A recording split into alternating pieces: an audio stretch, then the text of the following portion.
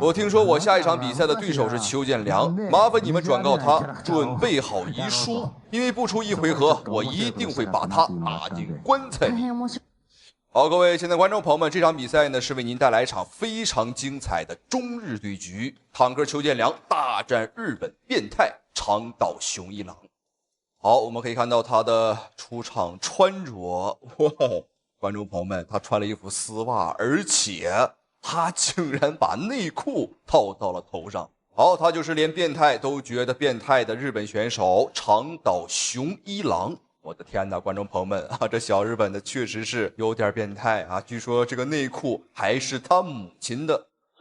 好，接下来有请我们的中方选手，我们的中国英雄邱建良闪亮登场。好，邱建良在国内的知名度是很高的啊，很多拳迷非常喜欢他。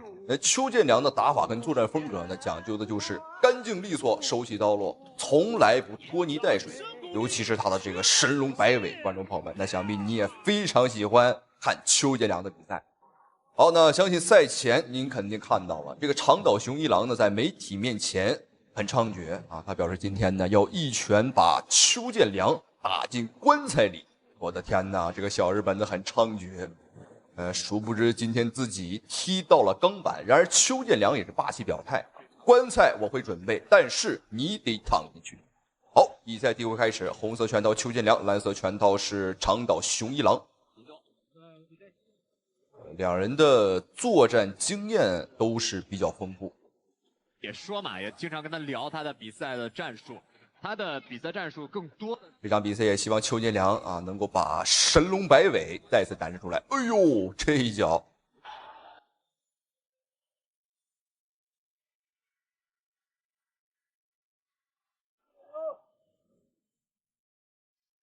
侧面上来看还是比较明显啊，对方长岛雄一郎有着一个身高上的优势。这个日本选手，特别是长岛这一批的选手，这种粘着性的打法能贴在你身上，你发不出力来。对方的打法是比较粘的啊，这个长岛雄一郎，你看稍不留神，他就会粘到你的身上。对手的臂展和身高呢，比邱建良都是高上4公分左右。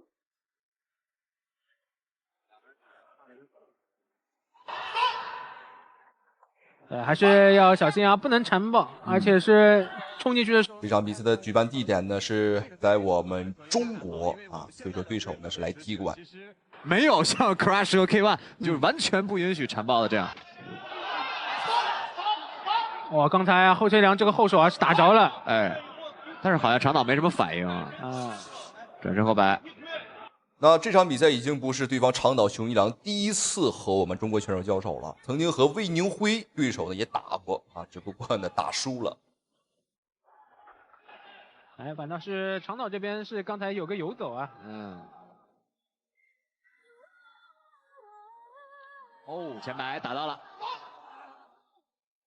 邱建良这场比赛在腿法上的运用还是比较频繁的。哎呦，旋风踢！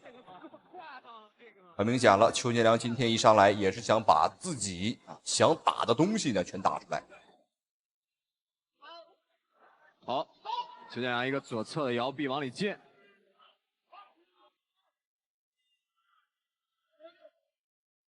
邱建良今天毕竟是主场作战，所以说邱建良在心态上来讲呢，哦呦，吼吼，前手左摆一拳打翻了。本局比赛的第2次击倒。很快啊，邱建良今天。也是发现了对手这一个进攻的这个企图，又是最后的20秒钟。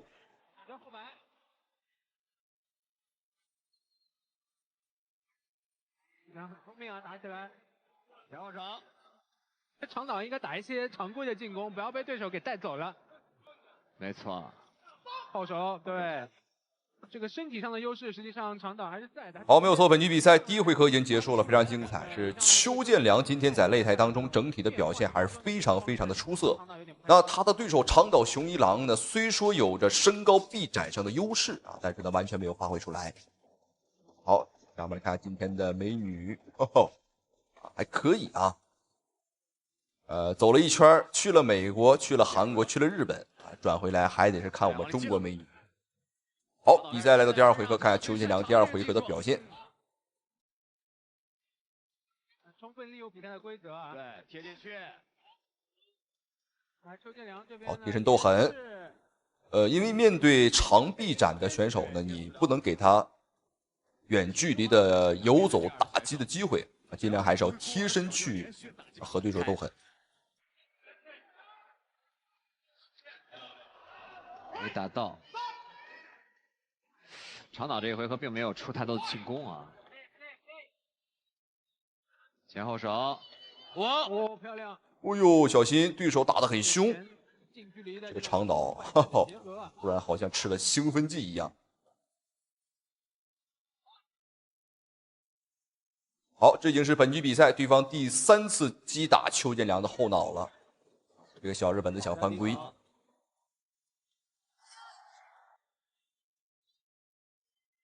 邱建良的这个挂高扫啊，这个很擅长这个。对，刚才平勾，然后，哦呦，这一拳很重。在绝对速度上呢，我的天哪，邱建良在抓机会的能力还是很好的，对手明显站不太稳了。这场比赛邱建良在速度上是有着绝对优势啊，包括爆发力也比对方强。邱建良这个功课做的也很多。我就硬顶着。哎呦，对手已经站不稳了，观众朋友们。好，点到了。第二回合时间马上也不多了。哎呦，邱建良的一个转身的神龙摆尾，是用小腿肚的那个位置挂到了。如果是后脚跟的话，这场比赛可能就结束了。上勾，长岛。对，邱建良刚才连续的摇闪之后的近距离的这种进攻啊，很有些拳击的这种味道。是啊，长岛一个左摆打到了。我在邱建良的枪林弹雨里找到了这么输出的这么一个点，非常好的，又是跟对手抱住，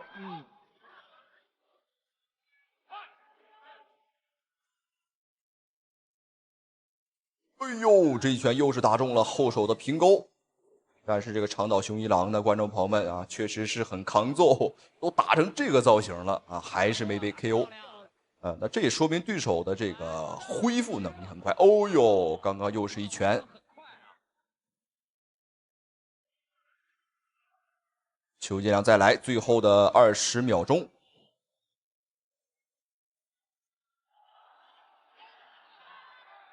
长岛现在是完全放弃重心的，全力往前突了。对方的长岛还在反击，这家伙可能还是没认清局势。好，双声吹响，比赛第二回合结束。这场中日对局呢，打的还是比较精彩的。邱建良今天虽说在身高上啊，矮对手很少，但是今天他在速度上真的是太快了。加上自己的绝对力量碾压来给邱建良以致命一击的这样打法。而且邱建良今天的意图也很明显啊，就是奔着 KO 对手去的啊，就是不知道接下来有没有这个机会。我觉得邱建良去 KO 对手今天的概率还是比较大的。前两回合呢，对手的体能已经是出现了很多的问题，感觉已经是站不太稳了。哦呦，一上来就是猛攻啊！好的，一度以为长岛要爆摔。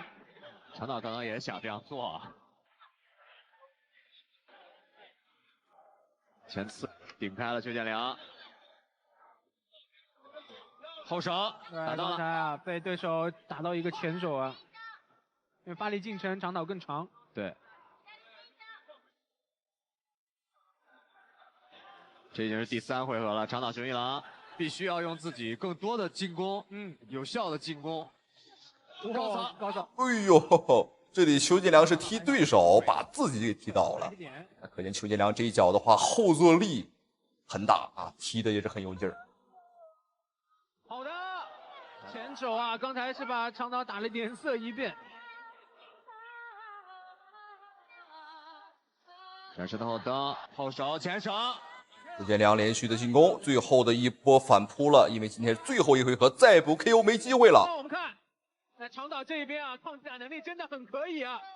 好的，哎呦，漂亮，邱建良，这是本场比赛最痛快的一次击倒，但是好像并没有 KO，裁判还在数秒。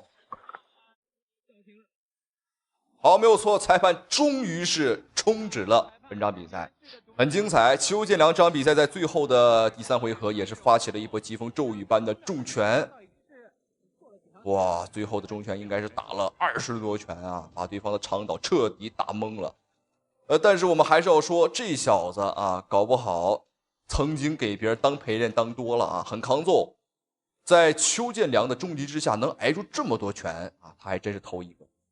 好，这场比赛的话，让我们恭喜邱建良战胜了日本选手长岛雄一郎，非常精彩。那同时非常感谢屏幕前您的收看与支持。好了，咱们下期视频不见不散。对，这边赢对，因为呢，这个美国的拳相当的准，他用这样挡是没有用的哦，已经 KO。中国散打一姐闯下大祸，一记飞膝干碎日本拳王的下巴，瞬间猝死擂台，生死未卜。好，各位观众朋友们，这场比赛呢是为您带来一场非常精彩的中日对局，而且观众朋友们啊，保证这场比赛看完之后啊，是日本人看了流泪，中国人看了开心。好，没有错，首先登场的选手，哎呦，这个家伙长得还不错啊，他就是来自于日本的模特女拳王大滨方美。哦呦，比赛还没开始，我这个家伙先跪下来，没有错，这就是未战先降。好，这次的话，这个大滨啊是来中国来捞金的，赛前更是大放厥词啊，他表示我最喜欢打的就是中国人，打不还手，骂不还口，人好打，钱好赚啊，我太喜欢来中国了。好，观众朋友们，这个家伙很猖獗，然而今天他来错了地方，他来到了中国啊，他在日本啊实力确实不错啊，但是来中国，那今天就让我们的中国女强人，眼前的中国散打女王鄂美蝶教她做人。好，眼前这名选手，她可是我们中国的散打一姐啊，就连张伟丽见了她都要叫一声师姐，连续5年斩获中国女子散打冠军啊，并且在这个世界散打界也是名列前茅。好，没有错，大滨方美，这个家伙已经33岁了啊，而且观众朋友们，4胜10负，这个家伙的战绩啊，输的比这个赢的还要多1倍啊。他以为我们中国人好欺负，在日本混不下去了啊，跑到中国来。但是今天啊，他肯定来错了。在日本，他可能只是受伤，来中国可能会丢命。好，我们来看一下，鄂美蝶的生涯战绩25胜4负1平。好，我们可以看到鄂美蝶右边的金发女孩，那个就是熊静南，现在的世界冠军，她也是鄂美蝶的师妹。好，没有错，比赛开始，来看一下，红色短裤就是散打一姐鄂美蝶。好，蓝方选手就是来自于日本的模特女天才啊，前来捞金的大滨方美。好，这个名字很长啊。这场比赛现场的裁判啊，也是一个女同志啊。我看一下，好，连续顶膝。鄂美蝶的这个发型啊很有特色啊，短发却留了一个长辫子。好，连续侧踢。然后呢，他过去是这个比赛的话是自由搏击规则，但是鄂美蝶的话，他是连续散打出身，所以说他把这个散打呢和自由搏击结合到了一起。好，平时砸拳，哦呦，打得很凶，哦呦，这一拳塞得很准。鄂美蝶连续的重击，对手明显有点晕，还在打。哦呦，鄂美蝶辣手摧花呀，观众朋友们！而且你看鄂美蝶的这个拳啊，一直在摇，又来了。打得非常准，对，一打人就但是观众朋友不得不说啊，对手也很抗揍啊，而且对方的这个身材，我们仔细看，确实也不赖。可是日本选手啊，他没有一个杀手武器啊，可以威胁到鄂美蝶。他的这个这个腿法也是软绵绵的。好，继续，希望能拿这个 KO 顺。好，这个，哎呦，对方的这个踢腿啊，好像是这个母猪踢起了猪蹄子，抻不太开，而且这个速度很慢。我现在怀疑对方啊，到底是有没有练过拳。好，你看又来了，这个腿法很丑啊。好，顶膝。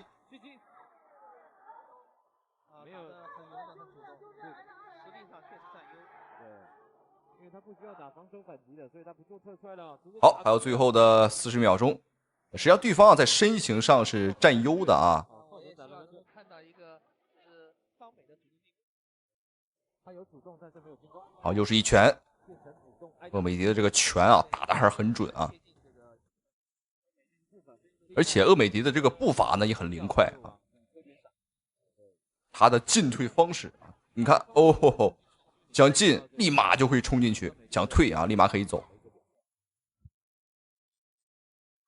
好，哦呦，对手被一把掀翻，接腿后的重击，但对手的这个脸啊很抗揍啊，打了这么久还没有出血。哦，又来了，你看对手的这个腿法呀，完全看不进去啊。那对方啊原本是想来中国捞金啊，因为在日本混得不好啊，14场比赛仅赢了4场。我现在怀疑被他击败的那4名选手究竟是谁啊？好，第一回合双方选手的水平已经是高下立判了。那对于对方的日本选手来讲，这就是一场单方面的吊打。那对方啊并没有认输，而且呢这个也很抗揍啊，他的恢复能力很强。看厄美迪的拳啊，实际上已经打得很重了，而且他的脸你看都被打歪了。俄国的女选手啊就被这个厄美迪打到没办法，只剩下。哦呦，好，看来打完比赛啊，他可能需要去一趟韩国啊，做一次整容手术。日本选手很顽强，防守中还想打住。好，我们一起来看一下双方第2回合的精彩对局。这也是占有优势的时候。哎呦，3连击，刚开局啊就被打翻。如果对方不主动这个位置，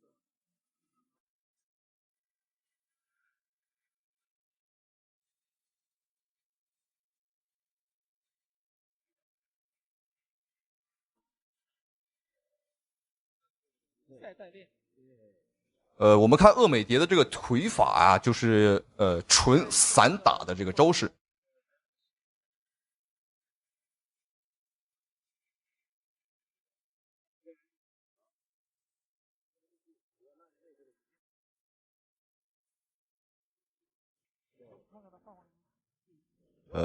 对方的日本选手也很顽强，这个只要是换做这个韩国选手，观众朋友们啊，早就投降了。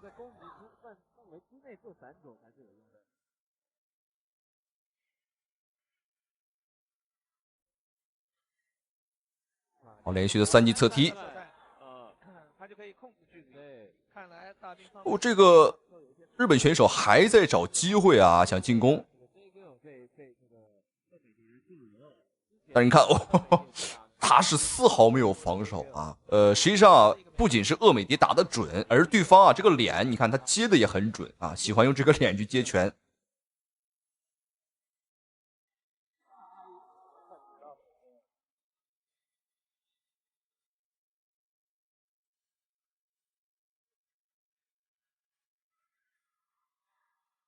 来讲啊，一个转身后偏腿的一个冷拳啊，由日本选手做出来的，可是转得不够。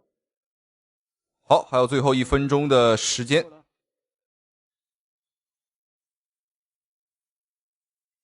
对方看起来还是没有认输的意思。好，比西，哦呦，什么情况？哦，这个厄美迪啊，我这一下太残酷了，观众朋友们，我这一下应该是打碎了这个面骨，哦，这个太残暴了。好，我们看一下，这个家伙已经开始猝死了。我们承认啊，他长得确实不错，但是他并不适合打拳，也不适合来中国打拳。观众朋友们，真是啊，什么年头，连这种货色啊也敢来中国打拳啊，来踢馆。好，我们看一下，哦呦，这个顶膝非常的残暴啊，完全没有手下留情。实际上啊，在此之前，厄美迪已经给了对手机会啊，给了对方啊认输的一个机会，但对手强忍着啊，偏偏不认输。那没关系，那就给你一个机会。好，这场比赛让我们再次恭喜我们的中方选手厄美迪。那同时也非常感谢屏幕前您的收看与支持。好了，咱们下期视频不见不散。因为呢，对方这种飞机正中了，正中面门。对，好，击鼓，打准，不会要打准，对，看准，有机会，再来。日本拳王在2次 KO 一龙之后，竟然以为自己在华无敌，疯狂叫嚣中国选手，谁料却惨遭酷刑者顾辉暴揍。这名日本拳王叫长岛雄一郎，虽然他在擂台上看起来有点不正经，经常 cosplay 动漫女角色，身穿奇装异服，也因此被很多人称为伪娘，容易让人误会是个花架子。但是他却是次轻量级世界冠军金腰带的拥有者。长岛雄一郎在2次击败武僧义龙之后，便越发的狂妄起来，想着要一步步击溃中国的搏击市场，找人打架自然是先挑软柿子捏。他就选中了中国的年轻小将顾辉，面对如此指名道姓的挑衅，顾辉霸气迎战，而且还提前半个月就开始做针对性的训练。话不多说了，一起来看看擂台上有哪些精彩瞬间吧。第一回合开始，顾辉直接就展开了迅猛又密集的进攻，长岛雄一郎不得不拉开两人之间的距离，随后又小心试探着想要攻击顾辉。大家好，我是昆仑决亚伟。今天这是比赛的重头戏开打了，4人赛，16强，顾辉、长岛雄一郎。对，这也是诸神之战第13组的第13组名额的争夺。一个高变腿，刚开局啊，顾辉的开局打得非常的漂亮。对，长岛雄一郎，日本名将他在中国呢非常的有名气。这个前手平头锤啊，势大力沉，曾经2次击倒武僧义龙。其实长岛雄一郎的战斗力并不低啊，他跟很多中国的名将都有交过手，包括也跟徐岩交过手。当时徐岩是用很快的速度就 KO 了他，这次不知道顾辉能不能把握住机会啊？是的，因为顾辉从上一次临阵来跳起来，他来跟克劳斯。但是从长岛雄一郎的跳动步伐看起来，他又好像没打算进攻，只不过是在勾引顾辉主动进攻。顾辉虽然年轻，可也不是啥都不懂的愣头青，他看穿了对方的计谋，无论怎样出拳，双方都保持着一定的距离，顺便寻找日本选手的弱点。日本的他们自己本土的名将，顾辉这个后手有点晃啊，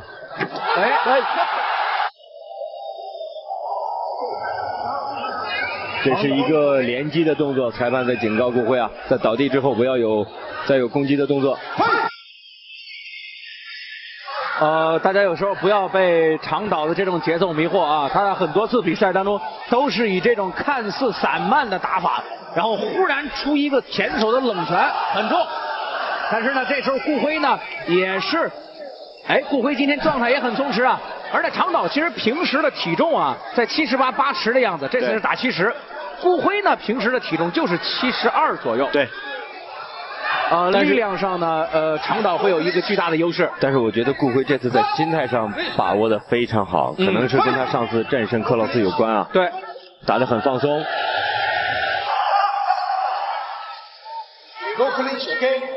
开走 ，OK。长岛雄一郎在小碎步移动位置的时候，不小心被顾辉顶膝击中，之后顾辉就展开了猛烈的攻击。日本选手很明显有点招架不住，脸上的表情都十分痛苦。顾辉要看清楚，打准，不要盲目，打准，右后手回转。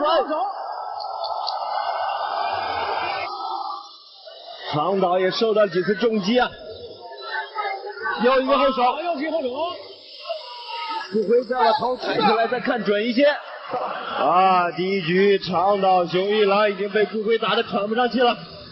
长岛这个选手啊，在以往的比赛当中开局确实是散漫，可是今天呢，整个的第一局一直是一个散漫的状态，这个好奇怪，顶膝。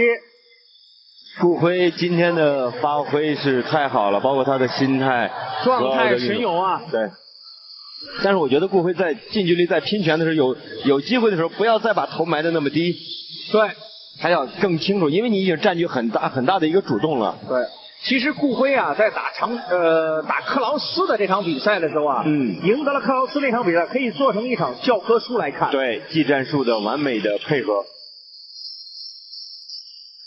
这次打长岛，他完全换了一种战术打法。看看第2局有什么样的变化。顾辉已经迫不及待了。第2回合开始，长岛雄一郎不敢再轻敌，相较于之前的态度更加认真了。顾辉对比赛的掌控力也不差，进攻次数降低，但招招都是关键又绝杀。再打一场，争夺今天晚上4人赛的冠军，也同时呢获得诸神之战16强的资格。现在顾辉这个后手落点很准呐。对。转身边拳。这个顾辉这个后手很轻易的就能穿过手臂的防护打进去啊。对。长岛现在的报价很松啊。对。而长岛这个右眼角啊，现在已经挂彩了，右眼的下方已经肿起来了。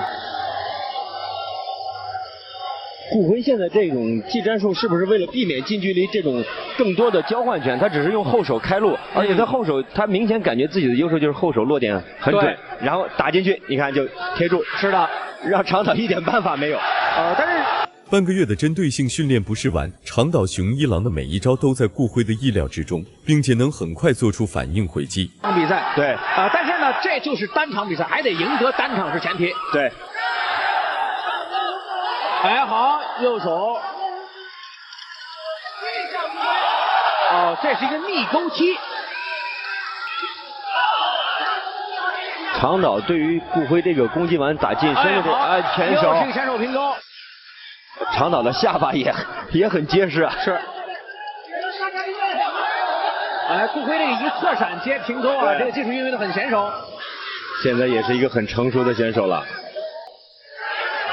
在移动的灵活性、移动的速度来说啊，顾辉是明显的要高于要高于长岛的。对。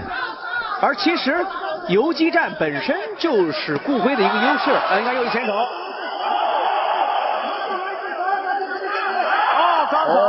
这动作接得很快啊。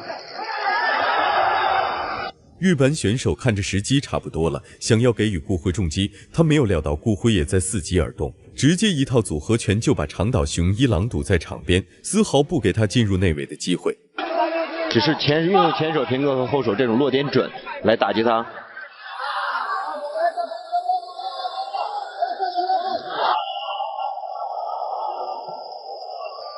你看啊，这个顾辉在第2回合的时候，好。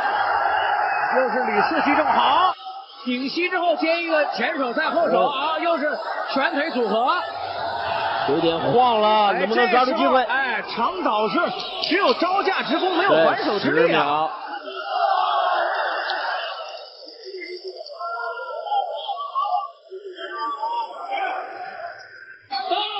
第2局结束，长岛一直在摇头啊，找不到办法呀。因为长岛本身这个节奏啊，就是一个很怪异的一个节奏，时快时慢。可是顾辉呢，既能够跟你打阵地战，又能够移动起来。这次呢，顾辉选择的是第1回合打一些相对阵地式的打法，在第2回合的时候移动起来打游击战。对，这样2个回合不同的节奏，确实让长岛反而找不到顾辉的节奏了。对。顾辉这2次比赛确实是有明显的改变，他对技战术的这种强迫自己对技战术的这种实施啊，对，是很多选手而且他执行的很好，对，就是你在游动的时候还有攻击动作，对，顾辉学到了这点，对，而且他每一次前手平勾跟后手的落点都非常准，是的，长岛想往里冲。第3回合开始，接连失利的长岛雄一郎有点急躁了，一上来就进攻。顾辉深知自己已经占据很大的优势，于是只是做好了防守，并在关键时刻进攻。很重啊，那一下。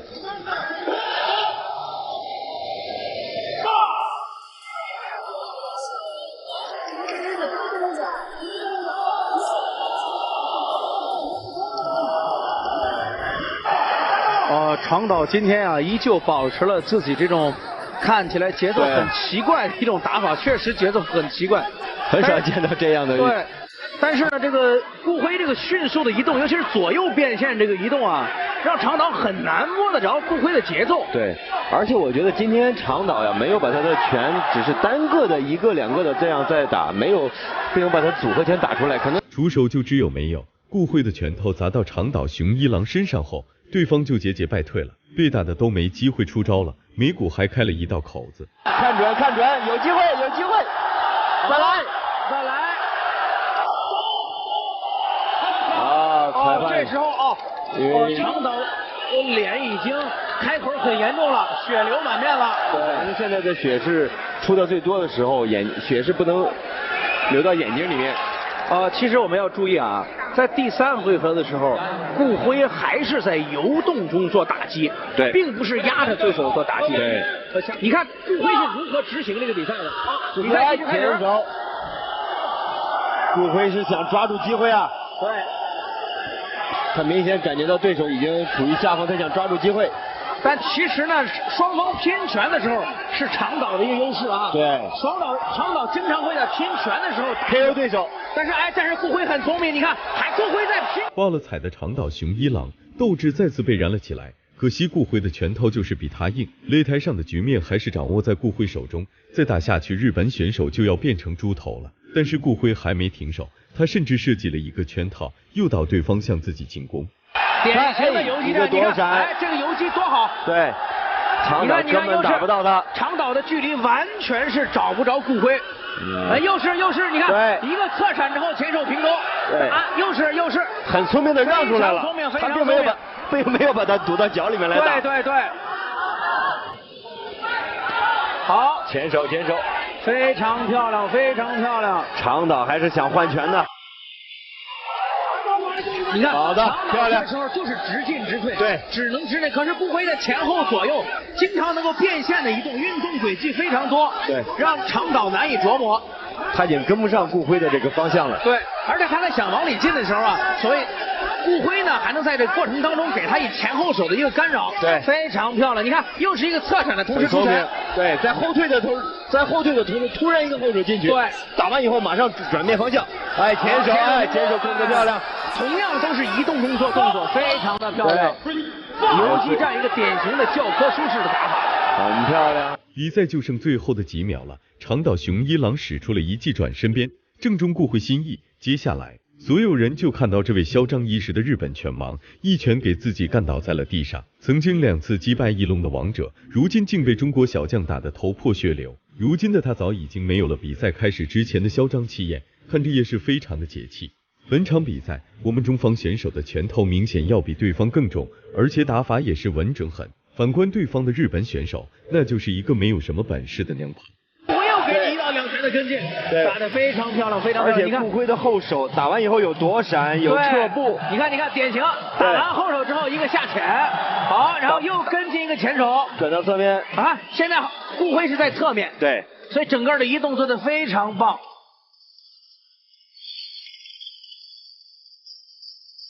非常漂亮的一场比赛啊，技战术含量非常的高。诸神之战作为当今世界自由搏击领域最高端的赛事，我们的小组赛由5位裁判共同来裁定。本场比赛5位裁判一致裁定30。本场比赛最终一致判定中方选手获得了胜利，让我们恭喜我们的中国小将。咱们下期视频再见。